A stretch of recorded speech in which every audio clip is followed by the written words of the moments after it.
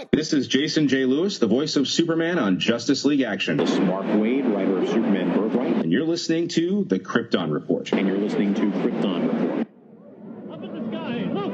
It's a bird. It's a plane! It's the Krypton Report! The All Things Kryptonian podcast, including Superman and Supergirl. We discuss games, movies, cartoons, TV shows, and comics. Find us on Facebook, Instagram, YouTube, and Twitter. It's a bird. It's a plane. It's Supergirl. Welcome to the Krypton Report. It is I, Tyler, the Superman of Blue, with my best pal. The never-ending battle continues on for truth, justice, with James, the Superman of Red, and we fight to the last man standing. How's it going, James? Not too bad. Thank goodness it's the weekend. I know. It is very nice. And I'm just glad to be chilling. Got some news. We're going to jump into some news. A lot of news, kind of, but we're just going to hit on some things. Got our last Stargirl trailer.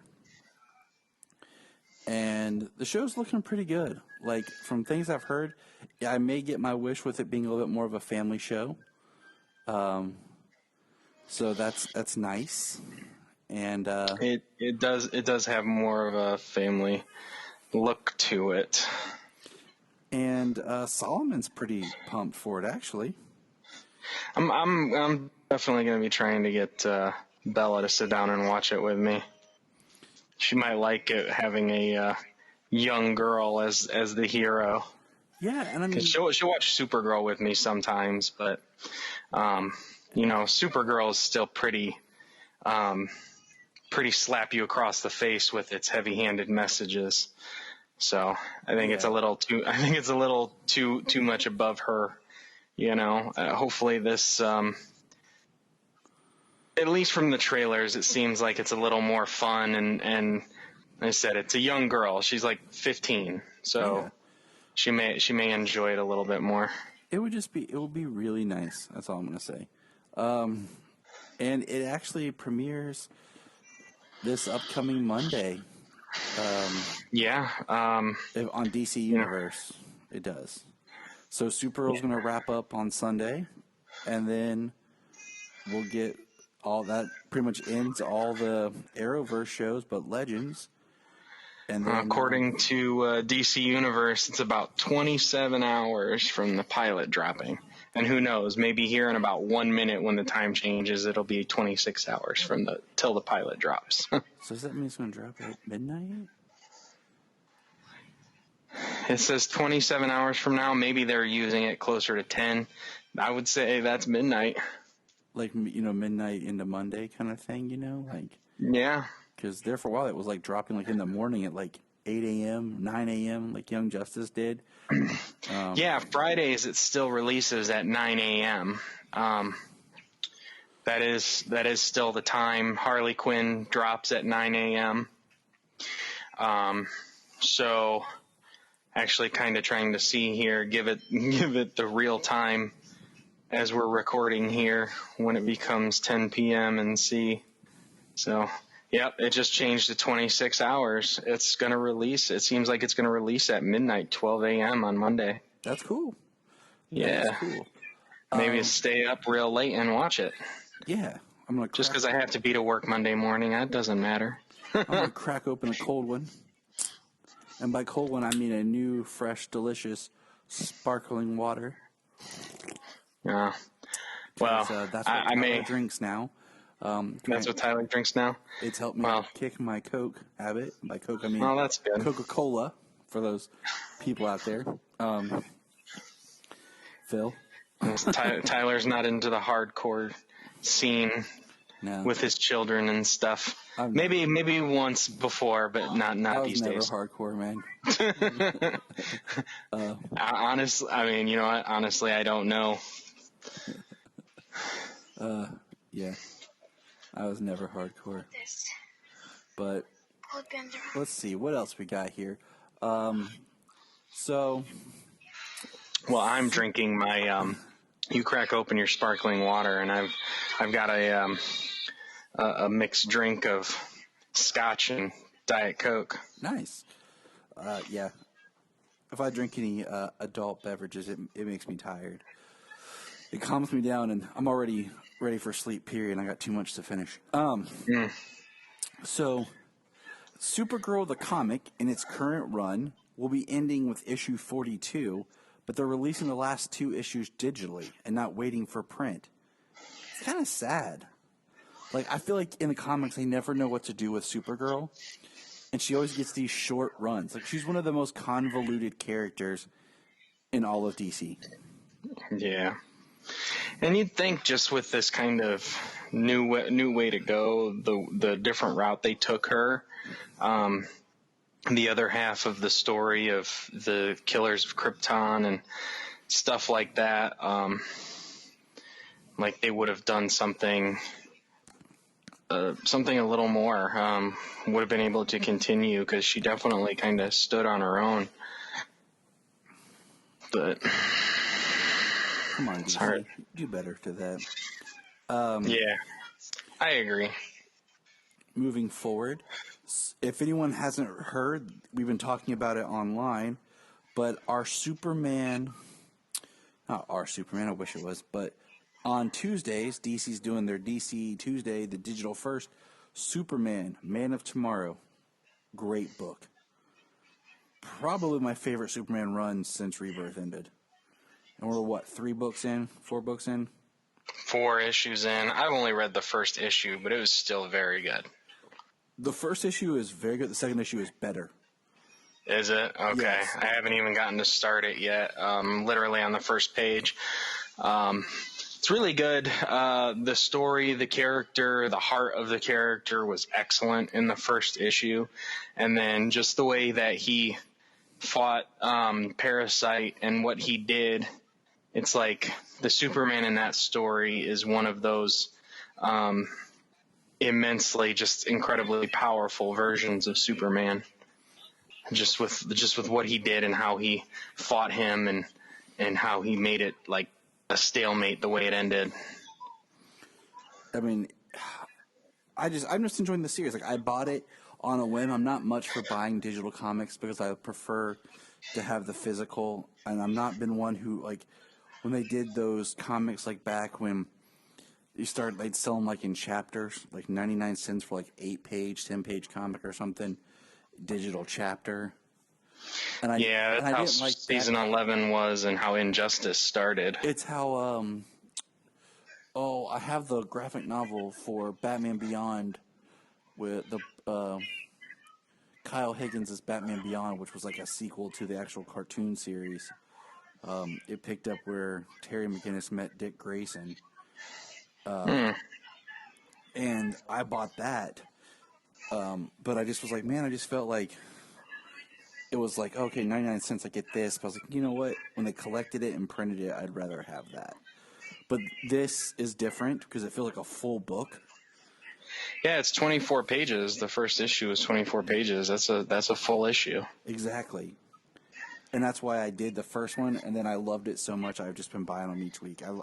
I'm looking forward to it. And the more I've been rereading, so just for fun, I've been rereading New 52 into Rebirth, just kind of catching up where Modern is and just kind of, closing that loop of a story. And it kind of makes me a little more frustrated with some of the things that Bendis is doing, especially with John.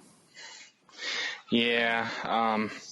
Well, I've been rereading not rereading, but reading the New 52, because in the initial time, the only book that I really bought, the whole line, the only book I bought, and I bought them all digitally at the time, was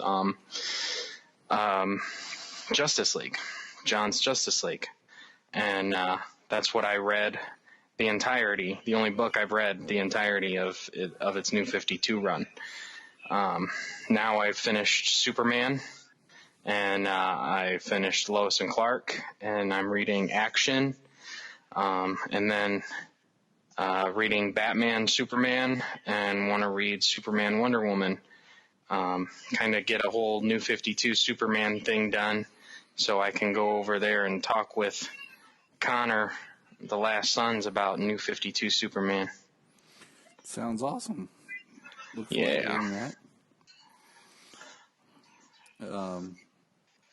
But yeah, it's always been great to reread with, just period, especially like when there's not,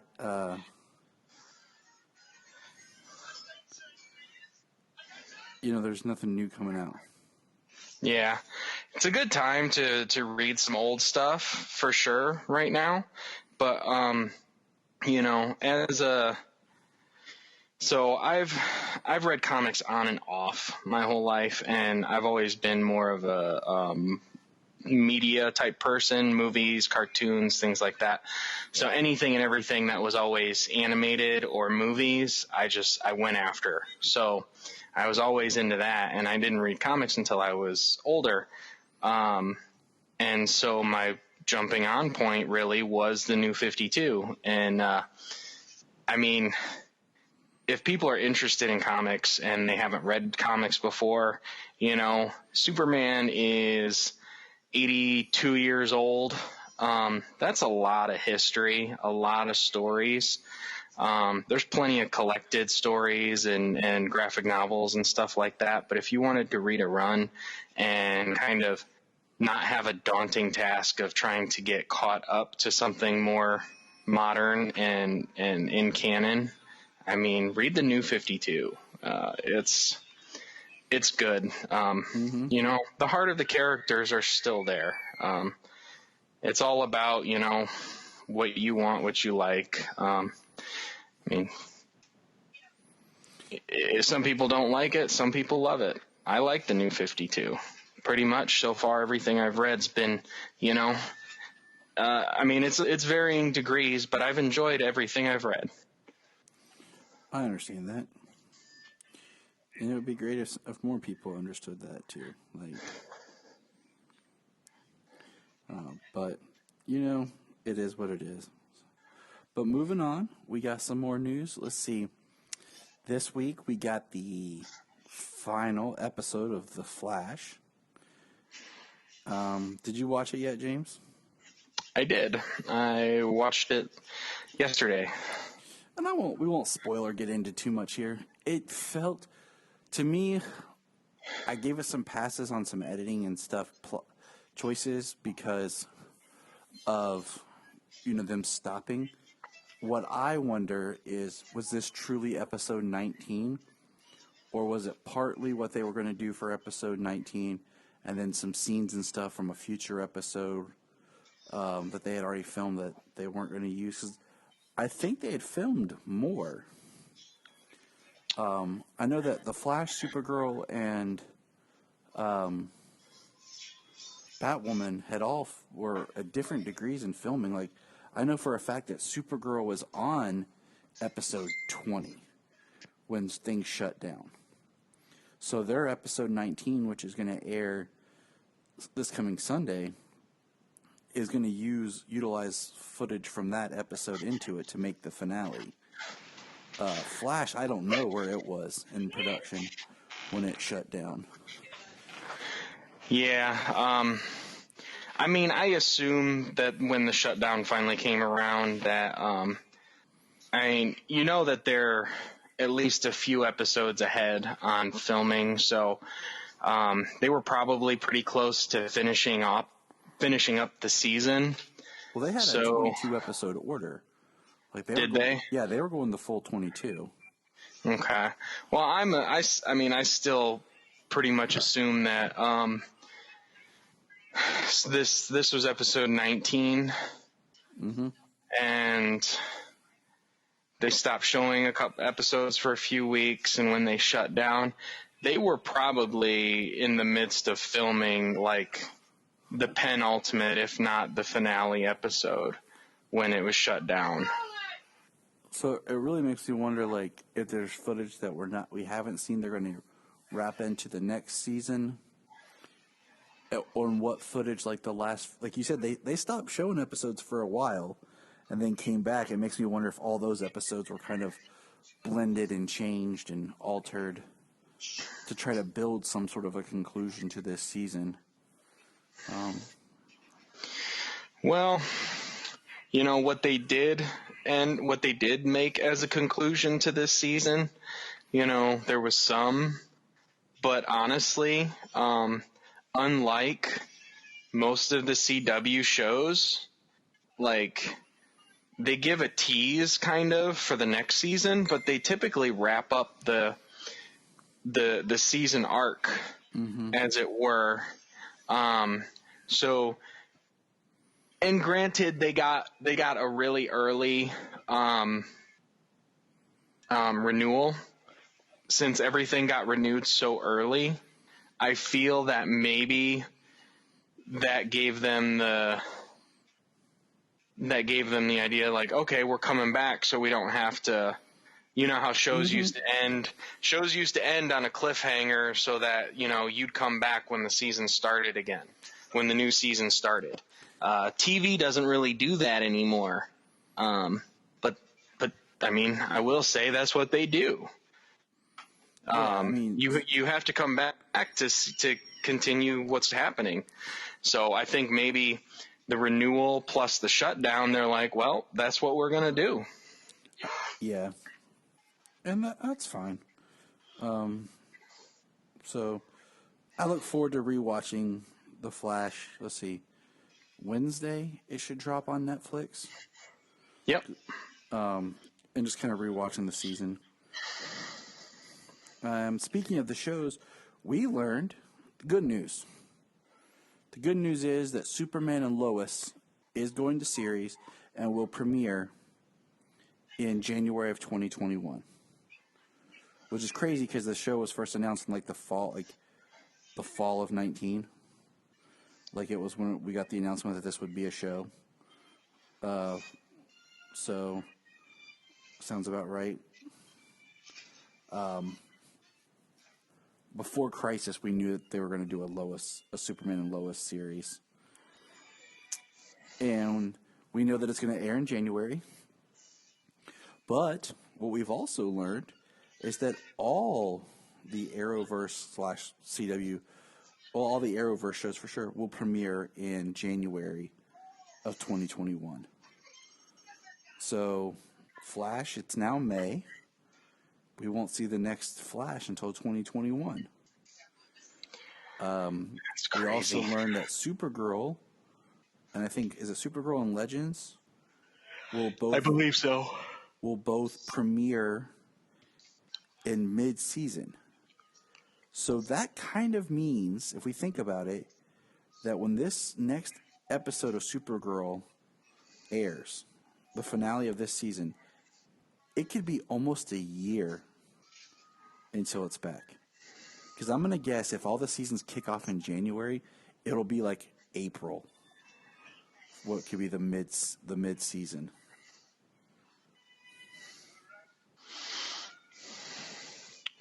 That's crazy. You know, maybe March, but like April.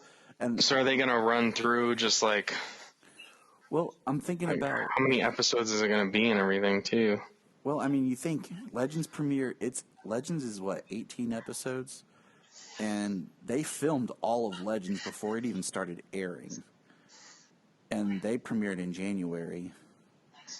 And they're almost wrapped up. They have, I don't remember how many they have left to go. So that's interesting, especially that we learned some clarity. And I think this is cool. That they're going to do certain CW shows are going to premiere in the fall. One being they're going to air the last 7 episodes of Supernatural in the fall.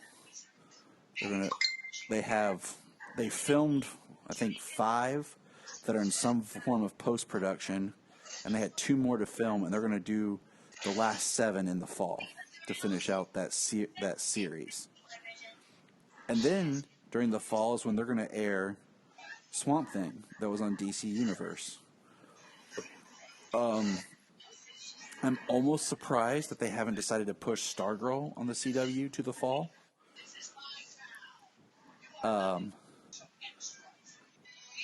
But it's nice that we are going to get it on CW for some people. We have DC Universe, so we don't have to worry. But they're going to pad out their fall lineup with Swamp Thing, and then the Tell Me a Story series, which is a CB All Access original, is going to air on the CW. And then like a British show and a Canadian series they're going to incorporate into their fall schedule. I just thought that was kind of interesting.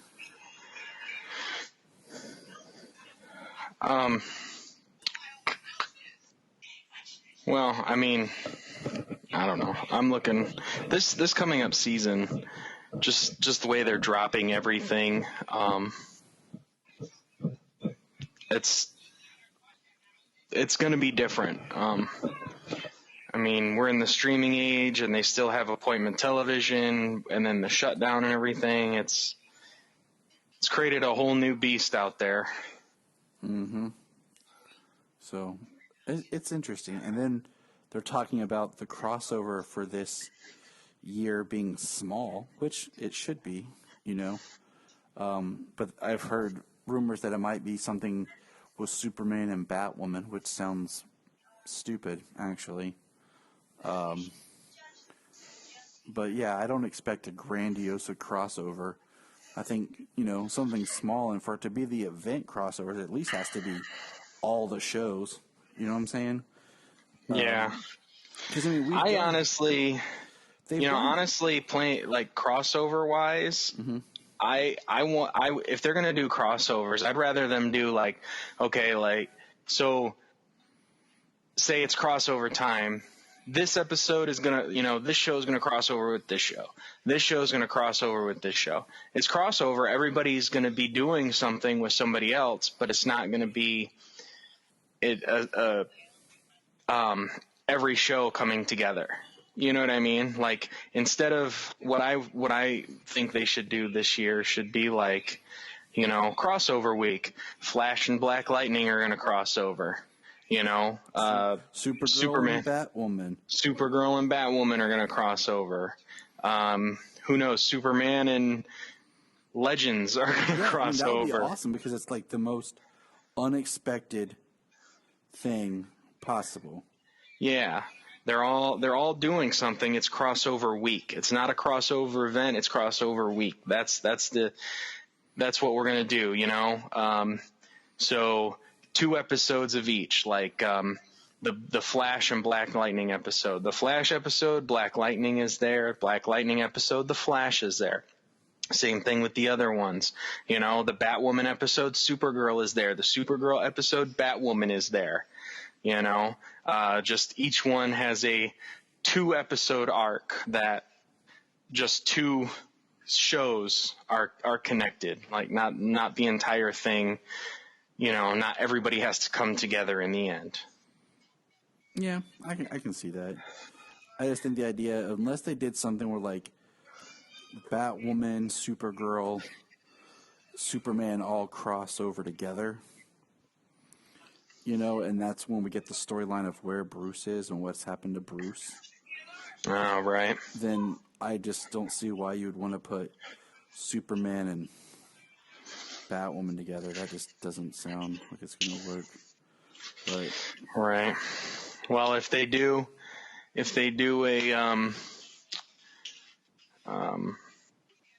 Superman, Batwoman, you know, finding out what happened to Bruce would be a good storyline. Yeah, it would be a good thing. That would probably be the only one that would make sense. Because you know, we do have. I mean, let's just throw something out here. There was references in Supergirl, I want to say season 2. She did like off-reference Batman as Clark's friend. Mm-hmm. That was on her Earth. And then we know that the Batwoman that we had was on Earth 1. And now they're all one Earth. So there is a version out there where we can say that there was a Batman and Superman together.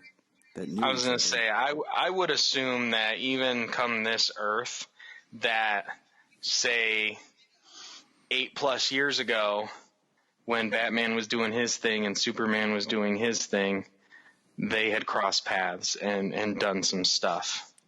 So, I mean, it's not out of reach that those two have a history that we can dig in and explore. Yeah.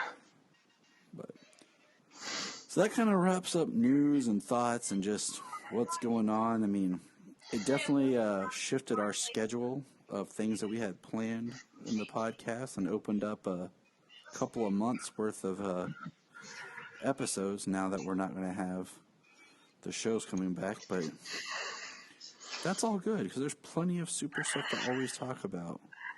We just have to decide what it is we want to talk about. And what we want to talk about right now, real quickly, is we watched the next episode of the Max Fleischer cartoon series, which is entitled The Mechanical Monster. So, number 2, The Mechanical Monster. It's beautiful. Kids loved it. All right, so we just watched Superman versus the Mechanical Monster. What'd you think, Solomon? That was awesome. I like the part when Superman punches the robots. Oh, yeah? And I like when he has his cape, like he's fired. The cape, I really like when, at the end, when Superman grabs the evil scientist out and he just dropped him. Yeah? No. My favorite part is when with the cape and the lava. Would you guys like it? Yeah, I like that. This is the episode I was talking about where they changed Lois. And this is like the Lois design that we see throughout the rest of the cartoons. Right. Yeah, I saw the version of her and I was like, that look, that style, I'm like, that looks so familiar and I can't place it still to this time, but I was like that looks different than the first one, but I was like, it's so of the style at that time, but it's so Lois Lane. Yes, it is. I did keep track this time of how many lines of dialogue in. So we're at like a 10-minute cartoon, and there is about 15 lines of dialogue in the cartoon. But yeah, it's interesting how much it holds my children's attention. So it opens up with these like playing very, that 1920s-esque pseudo-future mechanical flying machine robots. They're robbing banks and jewelry stores, and Lois gets in the back of one. We get a really cool like Dutch tilt angle going into the bank. The camera zooms in. So Lois gets in the back of one, takes off. Clark sees, runs, changes into Superman, uses his X-ray vision, which was a really cool shot of like how he zoomed in on his face, and he uses his X-ray vision to see that Lois is inside the machine. Solomon cheers, "Go Superman!"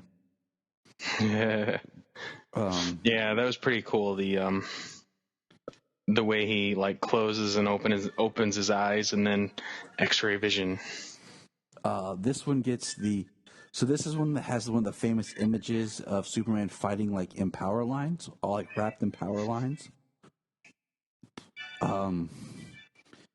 He does get inside to save Lois, fights a little with the machine, but Lois is running and gets to a point where there's like melting liquid metal. And we get the iconic shot of Superman like putting his cape out and getting the metal poured on top of him, protecting Lois, which I thought was in another later episode, but no, it's not. No, and that's and that picture is used for all kinds of wrongness when they do memes and stuff. It is. It's an iconic shot, though. I've seen. I can remember that shot for as long as I can, as long as I can remember. And I always thought it was in the episode The Volcano. Like it's been so long since I've watched them, just because of the title. So it's just kind of crazy. It was in this one, and in this episode, it felt a little bit to me like that he was doing more jumping than he was flying. Did it seem like that to you? Yeah, he did a little bit more jumping and falling in this one than he did in the first one. So it was fun. I like it. I think I'm getting more thrilled with watching my children's reaction than I am actually watching the show, just because they're so into it.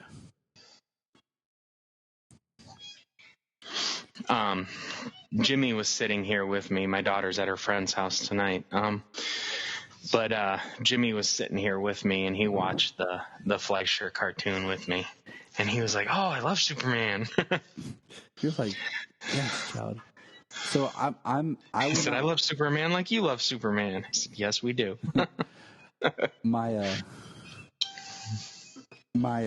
plan is not to excuse me, watch any of them without the children present. So Right. Well, that's just good parenting. that's what I thought, you know. I thought so. I'm so glad you backed me up, James. Good job. So, we've watched this with the kids. I've watched the Fleischer cartoons with the kids a long time ago. When I bought the 4-pack anthology of Superman, the Chris Reeves DVDs, quite a while ago. The kids were real little at the time, and we've watched them since. But on one of the special edition discs of Superman the movie, they've got a number of the Fleischer cartoons on there. And so I've watched those with the kids. That's awesome. I have like the one official release of them on DVD. I probably own them like 3 or 4 times just because they've been released, and they're in the public domain and stuff. So I have my old VHSs up here. So it's kind of easy to kind of come across them sometimes. But it really is. Now we're going to move on to that amazing thing called this week's episode of Supergirl. The penultimate. I can never say that correctly. Yeah, penultimate. Penultimate. I think you got it on that one. Yes. Episode of this season. And Mr. James, do you have a summary for us? Oh, nuts. I'm slacking. I'm slipping. Slipping?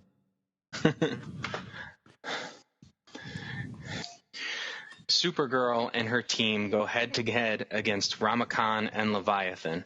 Ramakan is captured and taken to the DEO.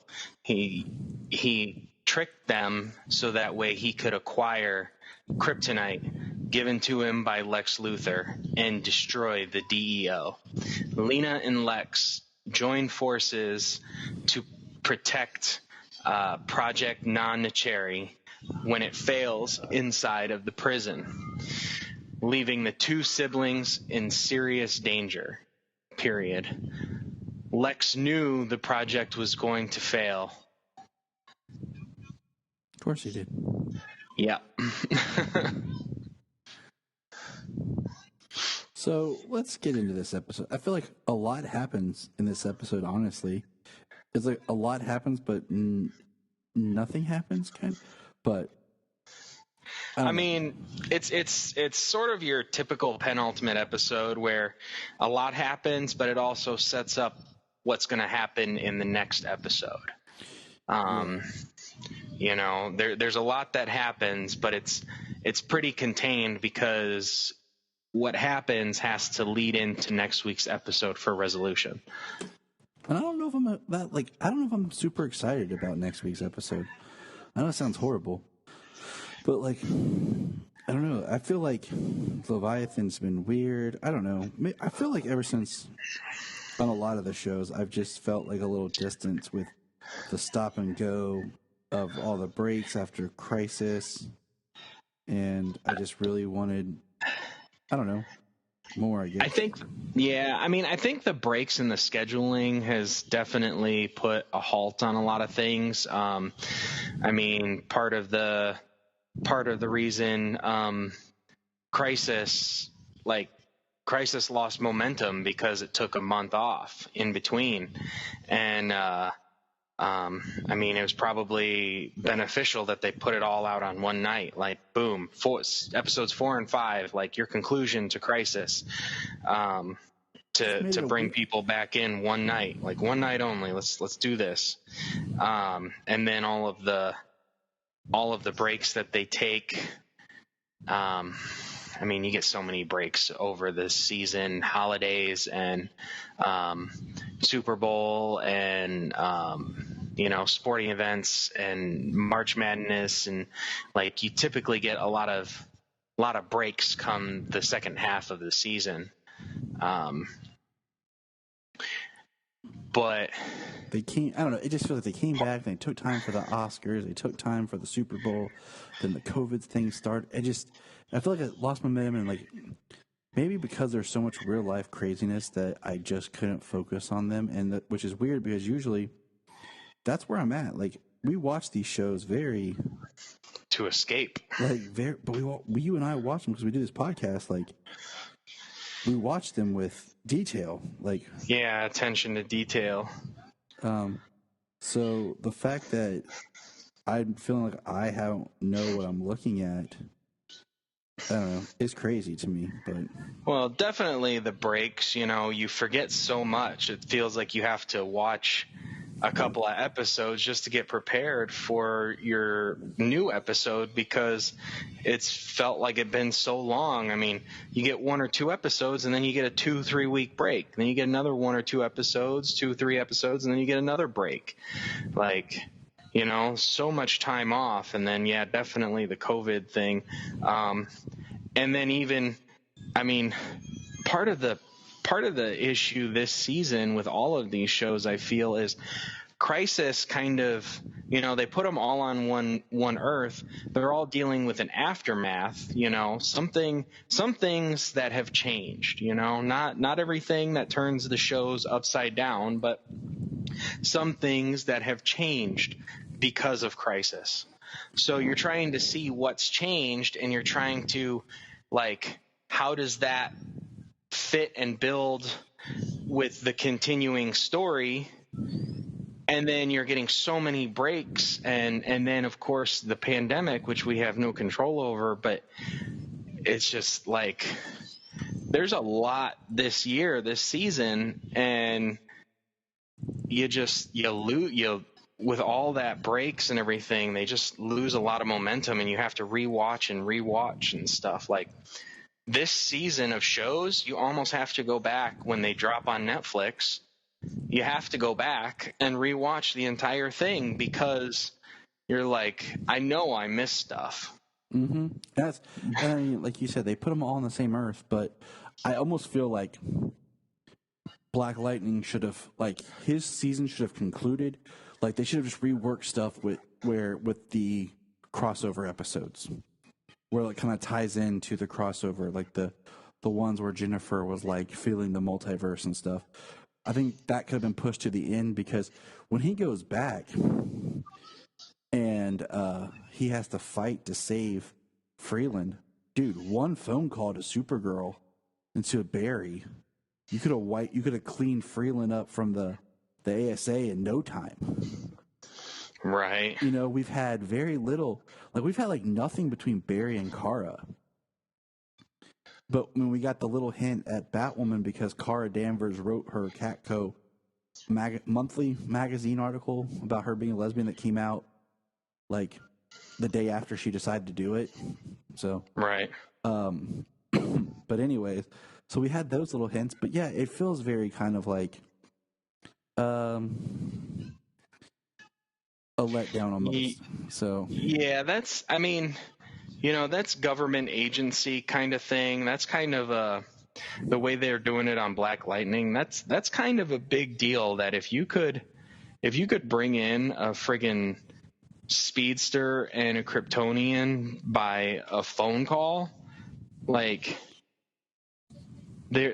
they're literally like declaring martial law in this city, and they're having terrorists from Markovia in, and they're quarantining people, and Jennifer was killing for what was his name? Odell. Well, Bill Duke, huh? Odell. Yeah, I was close with what I was thinking.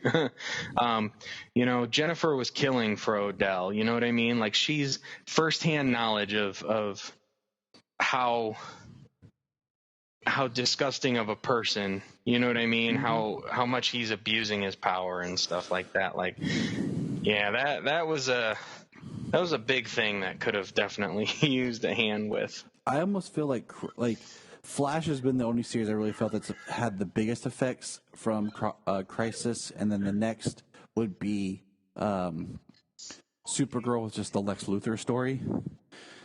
But everything, we had a small story on Batwoman that was really Crisis affected. But overall, I mean, I don't think you could have almost done the Crisis as like the end of this season crossover instead of where they usually do it. Right.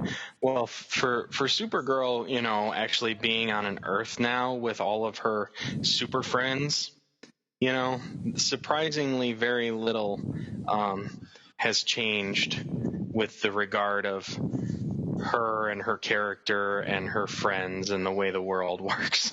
Right. Her being on like a completely new Earth. So, but like I had said before, when they came back, like, they didn't explain it. The only way is you can headcanon it, and like, they have to focus. And what are they focusing on? Their own memories, their own experiences. You know what I mean? Mm-hmm. The world is going to come back. The world around them is going to come back to more of what they know and what's happened to them and what's going on. So it's not going to change everything. It wasn't a drastic reset button like some people were talking about before and possibly afterwards, but it was recreated from what they know. So I never expected it to be, like I said, a reset button where everything was just different, where they'd come back and it was a completely different show. You know what I mean? I think that would do more damage, but I think there could have been some more changes that just like I mean, my thing is I like the stuff that like Barry went through, where he was trying to do stuff, but he had memories of both, and it was causing problems for him because stuff wasn't where he thought it was. Like with his parents' graves and stuff like that. But anyways, we're gonna move on to this episode. We've digressed enough, but that's what we do. Yeah. And not to say like we talked about a lot, kind of off the topic, not of the episode, but this was a good episode. Yes, it was. So first of all, Brainy says he's a 12th level intellect, but I really don't feel like he's operating like a 12th level intellect. Just gonna throw that out there. Yeah, they are really writing Brainy at a huge handicap, a very big disservice to his character. And I was hoping when he removed his neuro, like that was like something I said, okay. When they did that whole storyline about him like having the dampeners or whatever. Yeah, his inhibitors. Inhibitors, that's the word I was searching for. Good job, James. That's why I keep you around. I was thinking, okay, that explains why he hasn't been the Brainy that I want. And then we didn't get anything. Like, he hasn't really, like, stepped up his game, and I'm just like, I don't know. I guess I just expected more from him. Like, right.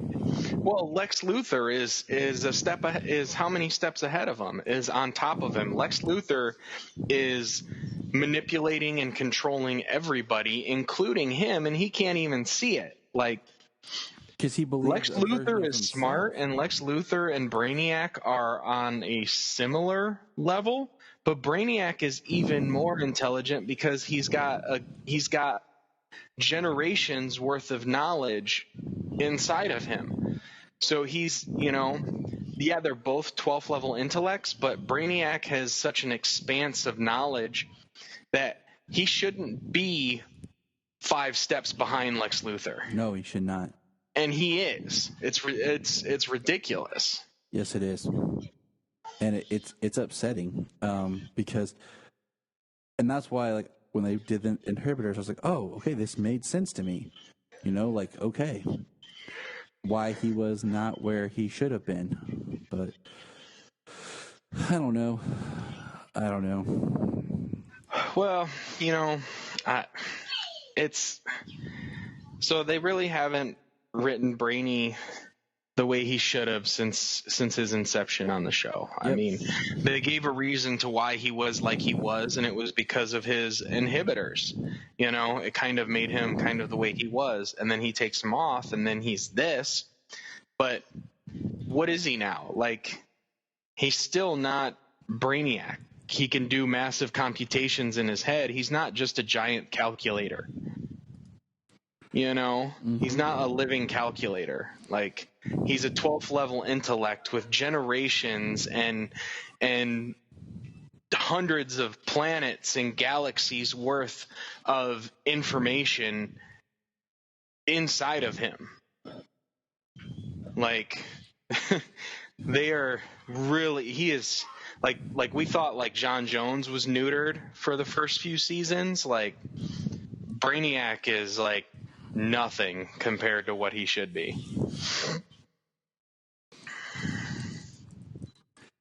So, yeah, he's getting played left and right. Like, Lex Luthor's playing him. Rama Khan played him by getting being tricked into taking a person into custody, like Rama Khan. mm-hmm. I don't know if they could necessarily predict that he was allowing himself to get captured so that way he could obtain kryptonite. Okay, since we're jumping real quick, the fact that they have a weapon I took it the way they introduced it was something they used to have that was taken from them, or they lost it. But then they have a new weapon that needs kryptonite. I was kind of confused.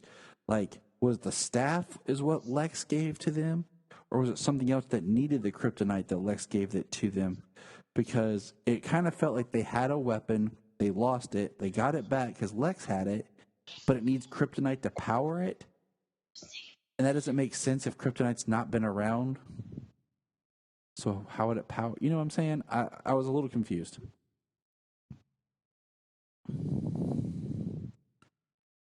See, you sound just as confused as I was.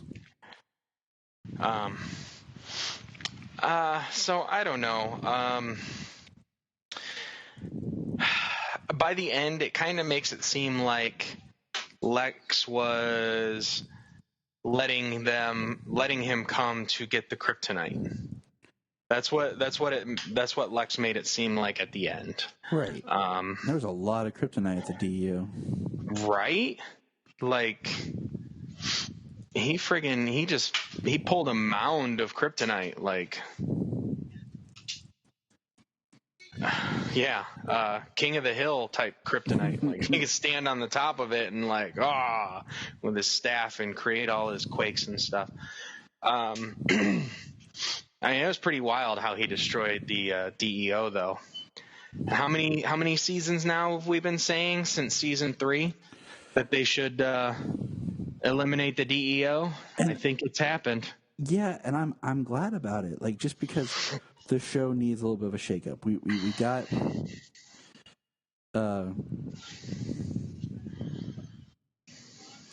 We got what I think we ran that story long as far as we can. We got Alex out of there. We got John out of there. We got Kara out of there. So now let's just leave it and be gone. Be done with it. You know, let's move on. And so the DEO's gone, and Lex even says, as a tax write-off. It's a tax write-off. Right. And it's just like, dang, it's cold. He is, man. He's cold.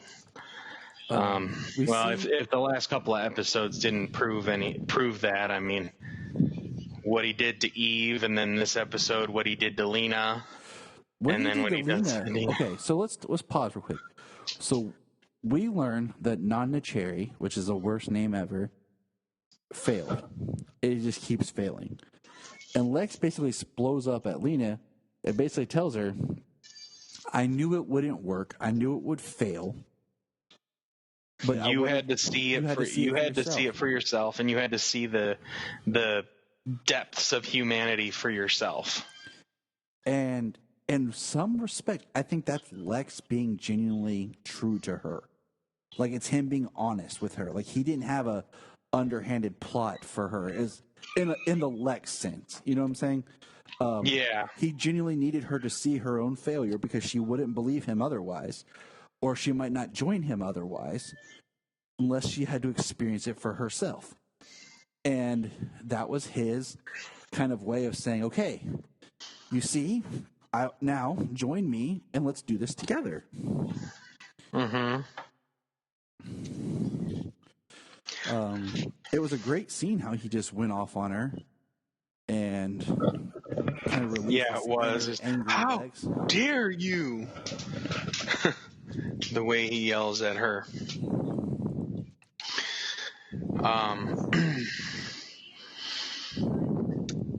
It was kind of good to see Lena come around, though, at the end to go to Kara and tell her that Lex is a monster, and he's going to use her technology and Obsidian and Leviathan to do something terrible. I'm really up, like, the way it ended where Lena comes to Kara and it's like pouring her heart out and basically asking for forgiveness, and Kara just kind of like, all right, sit down. She should have just stopped and hugged her. Like, honestly, like, that should be the compassion that she should have, like, for Lena. Like, she should have just, like, hugged Lena right there and been like, just kind of that compassion. I don't know. Like, it just, to me, that's what should have happened, what I would have done. I don't know. I'm a very forgiving person. Right. Well, they've gone back and forth this season. I mean, how destroyed Lena was at her, at her concept of betrayal. The way that she acted, she acted so much like Lex. She was going to, without people's knowledge and consent, try and do what she was going to do. She broke into the fortress. I mean, countless things that she did this year, or a number of things that she did this year. And then, when, like, last episode, Kara was using Myriad, but she was using it to try and get to those people who were trapped inside Obsidian. So she was using it for a completely different reason, but still it was, she had previously told Lena that, Myriad was too dangerous for anyone to use. And then Lena's like, oh, well, now you're using it. So, I mean, they've really bumped heads pretty hard. So, I mean, for Kara not to just, like, grab her up and hug her, but giving her the opportunity to come in and sit down and, talk over what's about to happen. I think that's, I could see in the next episode, after all is said and done, like, what she does tell her and stuff. Say, like, maybe if in the next episode they pick up right there and Kara and Lena are sitting at the table, and then they have a little conversation about what's about to happen, and then, their relationship together, and then they hug it out. I could see that. Yeah. But for the moment, I think it was a good step. It was a good scene. It was a great scene.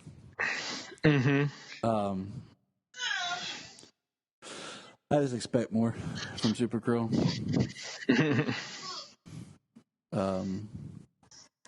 But that's just me. But let's back up just a touch here. So also in this episode, we see that William learns that a certain employee has been having access to stuff, and we learn that it is Eve Tessmacher, and they go to Alex, tells William, and they go William and Kelly go to Andrea about the information for Eve, and she just basically shoves it off. And Andrea has been a weird character since Crisis because, she has her powers, but we have no idea of anything, what she's going to do with them, because that's kind of been dropped. So that's kind of just one of those hanging threads.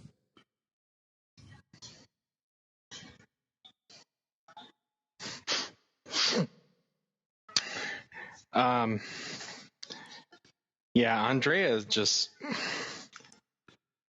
They've repeatedly come to her with an issue, and I mean, as the boss of a company, when she passes it along to get something, to say something needs to get fixed, and then it's reported back that it's fixed, I mean, what else is she supposed to do, honestly? But, when your high profile therapist and stuff like that continues to say that no, it's not fixed. Whoever's saying it's fixed it's not fixed. I mean, she's kind of stuck. I mean, she's kind of just going with we can't have this ruin our company, but then also she's being reported to that it is fixed. So I don't know. I don't know. I just feel like what are you to do, really? You know what I mean? Unless you're in that position. Almost like a nonsensical character. She just is oblivious to things. She's not really she's so about this Obsidian launch, but she's ignoring things, and I don't know. I feel like she just kind of lost her way. Well, even her what was her character's name? Her comic counterpart's name?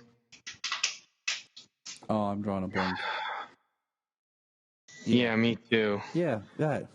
But that her shadow powers and stuff like that, she achieved them, and then they haven't shown up again. They've been completely gone. She's literally only there to be the Obsidian CEO and to, yeah, they've keep moving this forward. Let's not worry about what people are coming to me saying is wrong with the product. Just keep pushing, keep rolling it out. She's an evil CEO at this point. Yeah, exactly. And I feel that, I don't know, maybe they lost what to do with her or something. I don't know. It just feels like whatever the character was designed to be, Akrata. Akrata. That gone. Was it. You know what I'm saying? It just, I don't know. I feel like she's just been off recently. Yeah. So. I feel, especially with the way that things are going to happen, don't know what's going to happen with Obsidian come this Sunday's episode, come tomorrow's finale. But I feel that Andrea Rojas will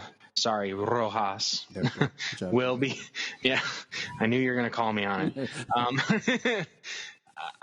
I feel that she's going to be back for season 6, that Akrata will come back, the shadow character, will return. And we'll see what happens with Leviathan and Lex come the finale. But I think that Akrata will return if if Andrea Rojas does, if Julie Gonzalo does. And I feel like that could carry on, I guess, a little bit. I feel like we're like the way we are at the DEO. I think we're about there with Catco, where I think that needs to be kind of. It's about time for Catco to go. Well, I mean, I think they've done a lot of things up for next season. If we get rid of the DEO, awesome. Certain characters, I think it's time for them to go too. I feel like they've kind of run their storylines. I think we need some breathing room, Mm-hmm. Like Phil said, we need to get back to the show being about the main character and not about all the side characters. This is true. And I think this show and The Flash both suffer from that. They do. They're giving most attention. Now every character should have. I agree that every character should have like their own episode. Right. I agree. But when the majority of an arc revolves around that character being the main part of the plot, then and your main character of the show is a secondary character or a third tier character in the plot, and what are you doing? Right. And I mean, that's what I worry about. One thing is with Melissa being pregnant, I think this break really helps Supergirl, the show. Not just the COVID break, but like the fact that it doesn't premiere till mid-season, that will help a lot. Yeah, because by the time they pick up filming again, she'll be at the end of her pregnancy, or maybe just have given birth. I'm not sure exactly where she is along and when her due date is, but yeah, when they would normally pick up shooting, in what do we say? What do they start shooting in? About August? Yeah, is when they would normally start shooting. Sounds right. Heck, even some start shooting in like July, because they've had not for most shows, but some of them they've had early footage for the new season at Comic-Con. Mm-hmm. So like July, August, when most of these shows pick up. But even at that point, Supergirl is going to have a pregnancy belly inside that Supergirl costume. Mm-hmm. So I think it'll help her a lot. Yeah. Well, and Danielle Panabaker was pregnant too. Did you notice in the finale she was walking out? She's wearing a big old jacket and everything. Kind of to hide her. They already did the jacket hide, the pillow hide, the camera angle, and then even Jania, when they showed her as Caitlin in the finale, was like, she looks pregnant, like in her face. Yeah, her face was fuller, and yep. And then I said that it's funny when you see that in shows when the person playing that character gets pregnant, like it physically changes them. They start getting fuller, their face starts filling out, things like that. That happened with Courtney Cox on Friends. You saw it with Danielle Panabaker. You saw it with Alyssa Hannigan on How I Met Your Mother. Oh yeah, it's visible when these people are pregnant. Good times. But we'll see. What are some of the other high points we hear? Oh, McGann. Yeah, McGann. They brought her. They continued her. It was kind of really awesome, just because we actually saw more of the love interest between her and John, and I wasn't sure if they would go that way or not, like what they wanted to do with him, because it's been so long since she was in season 2. Yeah, it's nice they got the same actress back for that after so long. And yeah, especially for characters that are shapeshifters, where you can just be like, you know what, just shapeshifter and we'll be okay. Yeah. So yeah, that was really nice to see that, and then it was really nice to see Jean rocking his new suit. Yep. Like, I went along with the love interest thing, but there was that idea in the back of my mind, like, okay, this is a different show. This is a different universe. You know, he's not like so much older than her, and she's not playing a teenager role, you Hello, know, where it's Megan. not like Uncle Jean. Yeah, exactly. Initially in the back of my mind was like, oh, she's kissing Uncle Jean. But I was like, oh, no. No, that's not how it is. Hello, Megan. Which I can't wait to hear some more about when Young Justice Season 4 is moving forward. Or, well, I know it's moving forward, but like more official images or anything like that. Just like they haven't started filming Titans. I saw some. I was hoping that they had already started Titans and just hadn't shown anything, and we'd see something in like Comic-Con. But I guess they hadn't filmed anything for Titans Season 3 yet. Well, that's booty. You know, they did. What's really cool is we're getting Doom Patrol in June. Yeah. Late June. And we haven't seen anything for that. And that's how I felt. That's why I thought that we would get Titans, because last year, like Titans Season 2, we knew we were getting it Season 2, and we weren't sure when. And then all of a sudden, it was just like, they were like, here it is. And it was like, oh, wow, like, boom, here's the preview for Titans coming. And it was like a month later, which was exciting because we didn't have a whole lot of time to postulate and dwell on everything. We just took it like, this is it. You know, this is what we've been waiting for. And I was hoping that's what we were going to get this, but yeah, so I don't know. I mean, animation, you're not going to catch people out on the streets doing their thing like you did on Titans, or you do on so many movies. Mm-hmm. Doom Patrol, I mean, you could catch some stuff out there, but I think with the majority and how Doom Patrol is so wild and weird and crazy, like, I think most of it's done on backlot stuff. So you don't catch him out there on the streets filming in public. So you don't see that stuff.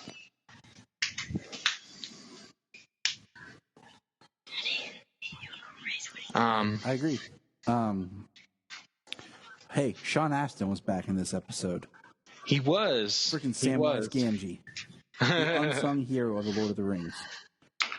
So, did you think that maybe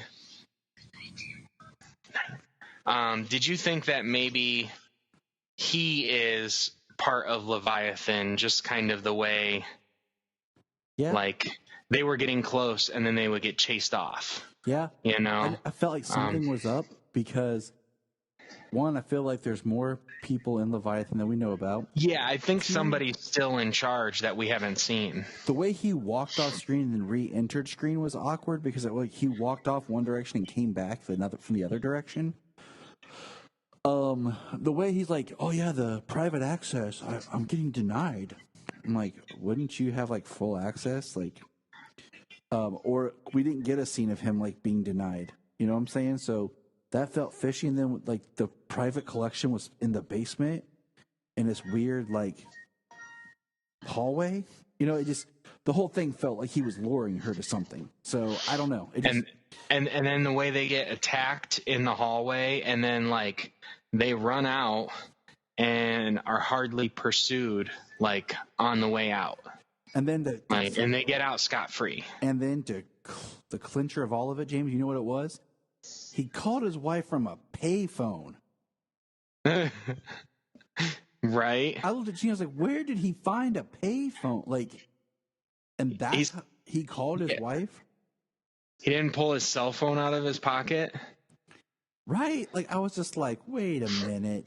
I'm like, I think Sean Astin's going to be back next in the finale when Lex goes to Leviathan to find out, who they are, where they are, and who's running the show. I think they're going to walk into an office and Sean Astin's going to be back there. I wonder who he's going to be. I mean, come on, he's Sean Astin. He's not just I don't know. I mean, I'm not saying he's the greatest man to ever walk the planet, but you just don't get him for these tiny nothingness roles. And I'd almost forgotten he was in the earlier season. Malefak played him, impersonated him. Exactly. So, I mean, he's got, there is some validity to having Sean Astin in your show. So don't go wasting Sean Astin. That's all I'm going to say. Well, if he is what he's shown to be, then member of the Fellowship. yeah, then sadly he's wasted. But I just got a strong feeling with what that was going on. They went to him and he's like, yeah, the symbol, Leviathan's supposed to be a myth. This symbol, it changes, it evolves, over the years, and from this to this, and he had all this knowledge. What kind of person are you? What's your trade? What's your? Mm-hmm. He said he was a linguist, I thought. Because he started talking to Carr, remember, he was he says, the way you write and everything like this, it's did you study this? And they both go, oh, no, Midville, born and raised.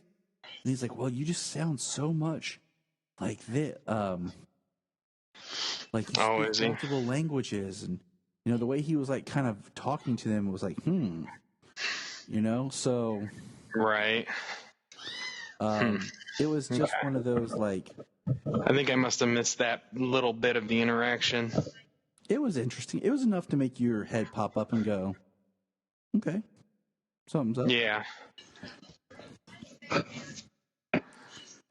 But yeah, I just don't feel that you have Sean Astin without there being something more to it. Right. Well, like we said, we know that there's still somebody unshown and somebody that Ramakan and Gemma Gamine are reporting to. Gamine.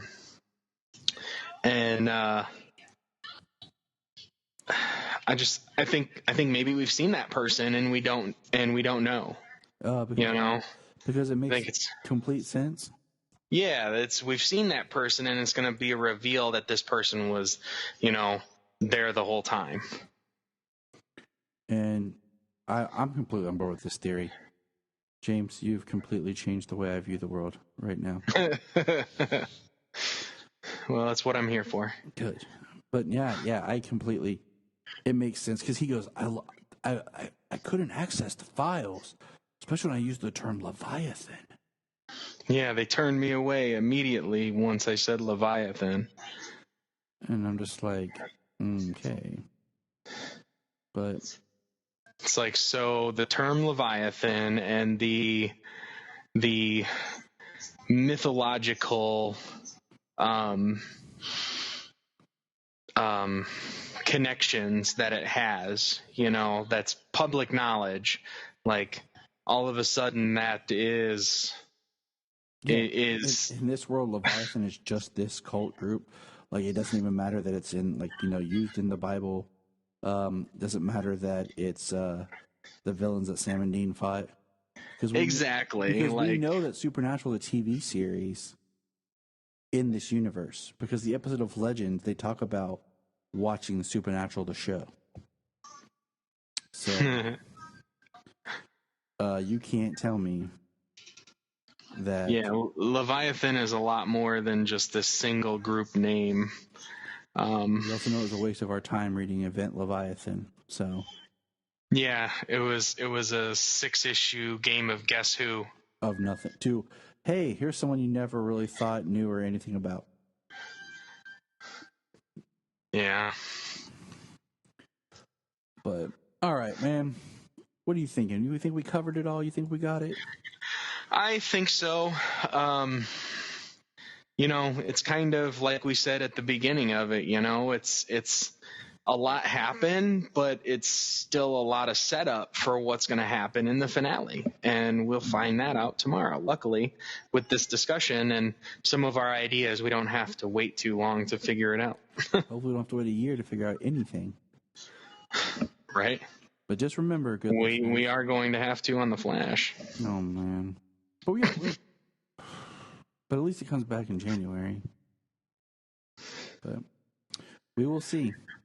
Yes, we shall see. So remember. Look up in the sky. Look up in the sky. Look in the sky.